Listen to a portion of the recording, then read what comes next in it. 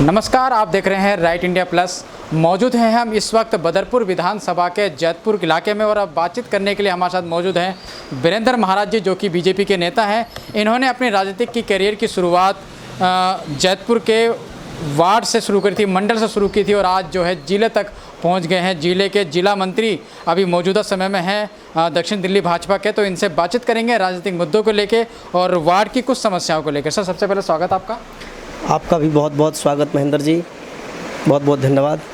Sir, तीसरी बार नरेंद्र मोदी जी के नेतृत्व में सरकार बनी है एनडीए की, और आप भी मिथिलांचल से हैं शायद, और मैं ये पूछना चाहता हूँ आपसे, कितना योगदान इस चुनाव में, क्योंकि ये चुनाव काफ़ी उतार चढ़ाव वाला रहा है, क्योंकि एक इंडिया गठबंधन के नाम से एक बहुत बड़ा विपक्ष आप लोगों के सामने था, तो मिथिलांचल की कितनी भूमिका इस चुनाव के अंदर रही है, प्रवासियों की क्या रही है?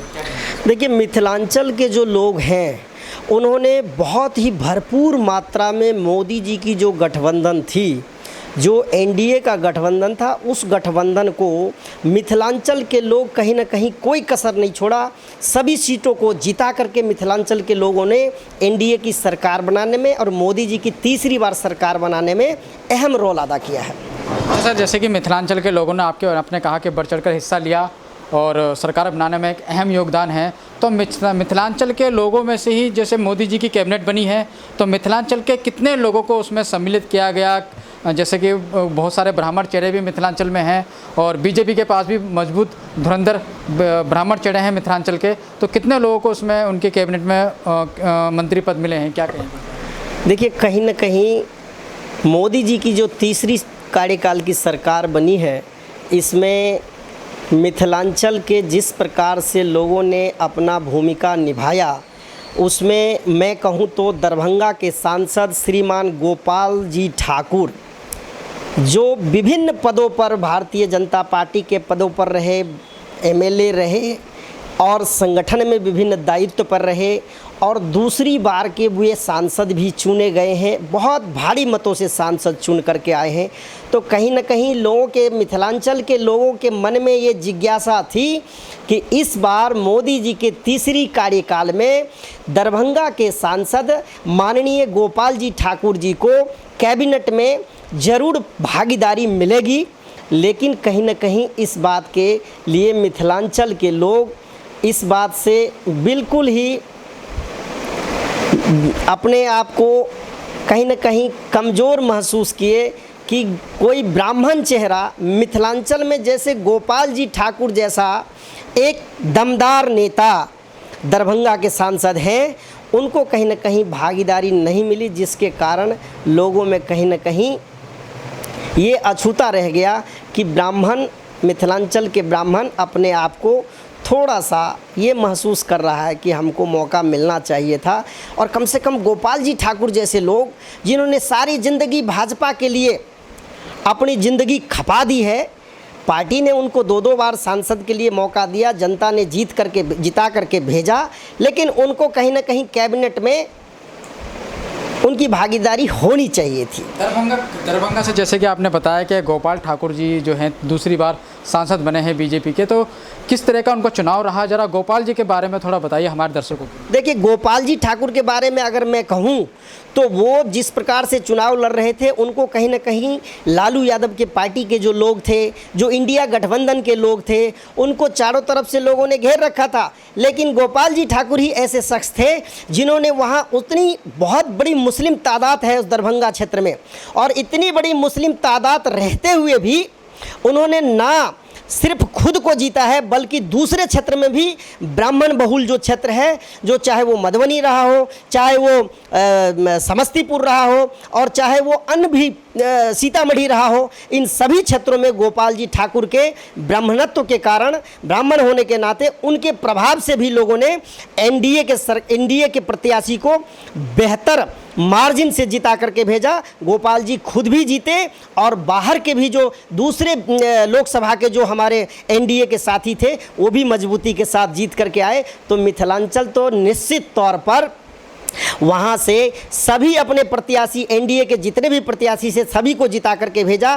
कहीं न कहीं मिथिलांचल के ब्राह्मण इस बात से मायूस रहे कि गोपाल जी ठाकुर को निश्चित तौर पर मोदी जी के तीसरी सरकार में कैबिनेट मंत्री के रूप में आना चाहिए था।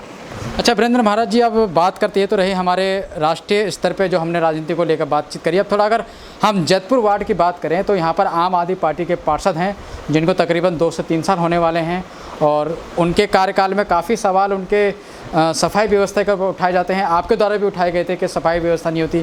बीते कुछ दिनों में देखा जा रहा है कि सोशल मीडिया के माध्यम से उनकी सफाई व्यवस्था काफ़ी दुरुस्त चल रही है, लगातार सफाई करवा रहे हैं।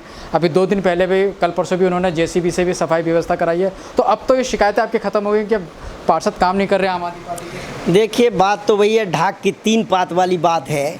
आप इन निगम पार्षद से ये पूछिए कि खाली सोशल मीडिया पर डाल देने से क्या जनता का काम हो जाता है? जैसे ग्राउंड में वो काम भी तो करवा रहे हैं। सोशल मीडिया पे जो फोटो डाल रहते हैं उसमें वीडियो भी है, फोटो भी है, जिसमें वो नालियों की सफाई करवा रहे हैं, जेसीबी से सफाई करवा रहे हैं। महेंद्र जी, कहीं ना कहीं 6 महीने साल भर से जो सफाई नहीं हुई उसको आप दिखाने के नाम पर कुछ दिखावा कर रहे हैं पार्षद जी। जब हमने अभी जाकर के, हमारे जो पूर्व के सेंट्रल जोन के चेयरमैन थे वो और मैं, दोनों लोगों ने जाकर के यहाँ के एमसीडी के अधिकारी को ज्ञापन दिया और हमने कहा कि हम धरना भी करेंगे, प्रदर्शन भी करेंगे। अगर इस जैतपुर वार्ड की सफाई की व्यवस्था दुरुस्त नहीं की गई तो कहीं न कहीं ये केजरीवाल की जो एमसीडी की सरकार है इसको उखाड़ कर फेंकने का काम जैतपुर की जनता करेगी। और ये निकम्मा जो पार्षद है, जिस प्रकार से इस पार्षद का सफाई व्यवस्था लचर चल रहा है, उसको उखाड़ कर फेंकने का काम जैतपुर की जनता और भाजपा कार्यकर्ता करेगा।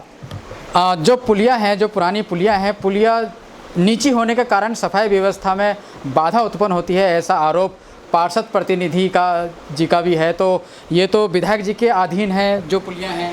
देखिए, आपको एक बात बताऊं, नाच न जाने आंगन टेढ़ा, ये बात कहना बड़ी आसान होती है कि नाच न जाने आंगन टेढ़ा। जब आपको काम नहीं करने आता है, जब आप चुनाव की स्थिति में थे, जब आप चुनाव लड़ने आए थे बदरपुर से यहाँ, तो आपने ये कहा था कि हम ओजोन भी हटा देंगे। जो आपके कार्य क्षेत्र के अधीन नहीं था उस काम पर भी आप कह रहे थे कि हम ओजोन भी हटा देंगे, हम सफाई व्यवस्था दुरुस्त रखेंगे, हम इस क्षेत्र की एक एक मकान को बेहतर, बिना पैसे लिए हुए किसी भी सदस्य को मकान बनाने के लिए, किसी भी व्यक्ति को किसी प्रकार की कोई दिक्कत नहीं होगी। लेकिन आज की स्थिति वही है कि नाच न जाने आंगन टेढ़ा। जिस व्यक्ति के पास इस काम का तजुर्बा नहीं था, अंदाजा नहीं था, वो व्यक्ति बाहर से आकर के यहाँ चुनाव जीता। यहाँ के लोगों को मैं धन्यवाद देता हूं कि बाहर के लोगों को आपने चुन दिया, लेकिन आज सफाई के नाम पर जैतपुर की जनता रो रही है। अच्छा सर, बात करी जाए नालों की तो नाले विधायक जी के अधीन आते हैं और विधायक जी के इस्तीफे के बाद अब ये सफाई व्यवस्था कहीं ना कहीं डगमगाएगी और नालों का काम तो विधायक जी का है। इसका आरोप तो आप पार्षद जी के ऊपर नहीं लगा सकते? देखिए, कहीं ना कहीं विधायक जी के रहते हुए, विधायक जी के कार्यकाल में सफाई की व्यवस्था बहुत ही बेहतरीन हुई है और उस पर कोई भी आरोप नहीं लगा सकता। विधायक जी ने बेहतरीन काम किए थे। ये तो केजरीवाल जी का काम है, उछल कूद करना, दूसरों पे आरोप लगाना। ये तो आप देख ही रहे हैं किस प्रकार मुख्यमंत्री है, जिस प्रकार से उसका मुख्यमंत्री अपने आप को जेल में रह के कह रहा हम सरकार चलाएंगे। पहले कसम खाता था कि 2 बच्चों की सौगंध खाता हूं, एसी नहीं लूंगा, गाड़ी नहीं लूंगा, बंगला नहीं लूंगा, सुरक्षा नहीं लूंगा, कोई वीआईपी सुरक्षा व्यवस्था का हम उपयोग नहीं करेंगे। और आज शीला दीक्षित से भी ज्यादा उसके घर में एसी लगा हुआ है। आज कई हजार करोड़ रुपए का गबन उस व्यक्ति ने सिर्फ अपने मकान की मरम्मत में कर दिया। और आप तो समझ ही रहे हैं कि बिजली का आज जल बोर्ड में कितना घोटाला है, आज बिजली का किस प्रकार से वो व्यक्ति रेट बढ़ाने के लिए लगा हुआ है। तो आप जिसके गुरु ऐसे हैं उसके चेलों के बारे में क्या चर्चा करेंगे? सर, आप लोग पानी को लेकर, बिजली को लेकर सियासत कर रहे हैं, ऐसा आरोप आम आदमी पार्टी का है। अभी हाल ही में पूरी दिल्ली में आप लोगों ने, भारतीय जनता पार्टी ने पोस्टर लगाया है अरविंद केजरीवाल जी का कि जेल में बैठकर दिल्ली को लूटेंगे, जो बिजली की दरों में बढ़ोतरी हुई है उसको लेकर। देखिए, केजरीवाल साहब का तो ये आप पत्रकारों से कोई छूटा हुआ नहीं है, कोई छिपा हुआ नहीं है। आप सब जान रहे हैं, अन्ना आंदोलन से जब केजरीवाल साहब आए थे, उन्होंने कहा था मैं लोकपाल लाऊंगा। उन्होंने कितने वायदे किए थे, कहीं से लड़के पकड़ के लाते थे, कहते ये इंजीनियर है। केजरीवाल साहब अपने बिजली के खंभे पे चढ़ जाया करते थे। आज वही केजरीवाल साहब कहते थे कि कोई भी व्यक्ति अगर आपसे भ्रष्टाचार के नाम पर, कोई घूसखोरी के नाम पर आपसे कहता मुझे पैसे दो और मैं आपका काम कराऊंगा, आप उसको रिकॉर्ड करके मुझे भेज दो। लेकिन वैसा राजा हरिश्चंद्र के औलाद कहलाने वाले केजरीवाल साहब खुद को इतने बड़े भ्रष्टाचारी निकले कि खुद को आज मुख्यमंत्री जेल में है। हम इसको कैसे भुला सकते हैं, दिल्ली की जनता इसको कैसे भुला सकती है। और आने वाले 2025 के चुनाव में दिल्ली की जनता इस केजरीवाल जैसे भ्रष्ट, जिसका मंत्री जेल में, जिसका 3-3 मंत्री जेल में हो, जिसके मंत्री राशन कार्ड बनवाने के नाम पर कैसे काम किए वो आपसे छुपा हुआ नहीं है, तो ऐसे सरकार को उखाड़ कर फेंकने का काम दिल्ली की जनता करेगी। अच्छा सर, आरोप है कि दिल्ली में बहुत सारे विकास कार्य रुके हुए हैं नगर निगम के द्वारा जो होने थे, लेकिन आरोप ये है कि बीजेपी स्थायी समिति का गठन नहीं होने दे रही, तो इसके ऊपर क्या कुछ कहेंगे, जिसके कारण बहुत सारे काम ऐसे हैं जो रुके हुए हैं? आप एक बात बताइए कि केजरीवाल साहब की एक भी बात से अगर आप संतुष्ट हैं तो बताइए। संख्या आपकी है, बीजेपी कहाँ रोक रही है आपको? क्या जरूरत पड़ी है बीजेपी को रोकने का? जेल में बैठ के बीजेपी कह रही है सरकार चलाओ, बीजेपी तो कह रही है जेल में बैठकर सरकार नहीं चलेगी आपसे, आप इस्तीफा दीजिए। क्यों नहीं मान रहे वो बीजेपी की बात को? जब बीजेपी की बात को ही उनको सुनना है कि बीजेपी कह रहा मुझे ऐसे नहीं करने दे रहा बीजेपी, तो बीजेपी कह रहा आप इस्तीफा दे दीजिए ना। आप जेल में बैठ के क्यों सरकार चलाना चाह रहे हैं? कहाँ मान रहा वो बीजेपी की बात को? ये सब आरोप प्रत्यारोप की बातें हैं, इस बातों में मत जाइए। बीजेपी क्यों रोक देगा उसको? लेकिन सर, मुख्यमंत्री को गिरफ्तार करना ये भी बीजेपी के राज में ही हो रहा है। मुख्यमंत्री भ्रष्टाचार करेगा तो जेल कौन जाएगा? जो भ्रष्टाचार करेगा, जो गबन करेगा, जो जनता का पैसा खाएगा वो जेल में जाएगा, वो चाहे मुख्यमंत्री हो या किसी भी पद पर दायित्व पर हो। जो आदमी गबन करेगा, जो जनता का पैसा खाएगा, जो जनता के साथ धोखाधड़ी करेगा, वो जेल जाएगा। सर, बात करें रमेश बिधूरी जी की, तो पूर्व सांसद दक्षिण दिल्ली के रमेश बिधूरी जी का 18 जुलाई को जन्मदिन है, तो इस मौके पर क्या कुछ कहना चाहेंगे आप? मैं तो ये कहना चाहूँगा कि तुम जियो हजारों साल, साल के दिन हो 50,000। रमेश बिधूरी जिंदाबाद। और मैं आज भी कहता हूं कि रमेश बिधूरी जी का 18 जुलाई का जन्मदिन है। मैं आप सभी को उनके जन्मदिन पर शुभकामना देता हूं, बधाई देता हूं। और ये मैं कहना चाहता हूं कि आने वाले दिल्ली का भविष्य रमेश बिधूरी जी हैं। सर, आपका बहुत बहुत धन्यवाद, आपने अपना कीमती समय दिया। बहुत बहुत धन्यवाद आपके चैनल को, आपकी मैडम जी को, अग्रवाल मैडम को, और आपको महेंद्र जी, आप सभी को बहुत बहुत धन्यवाद।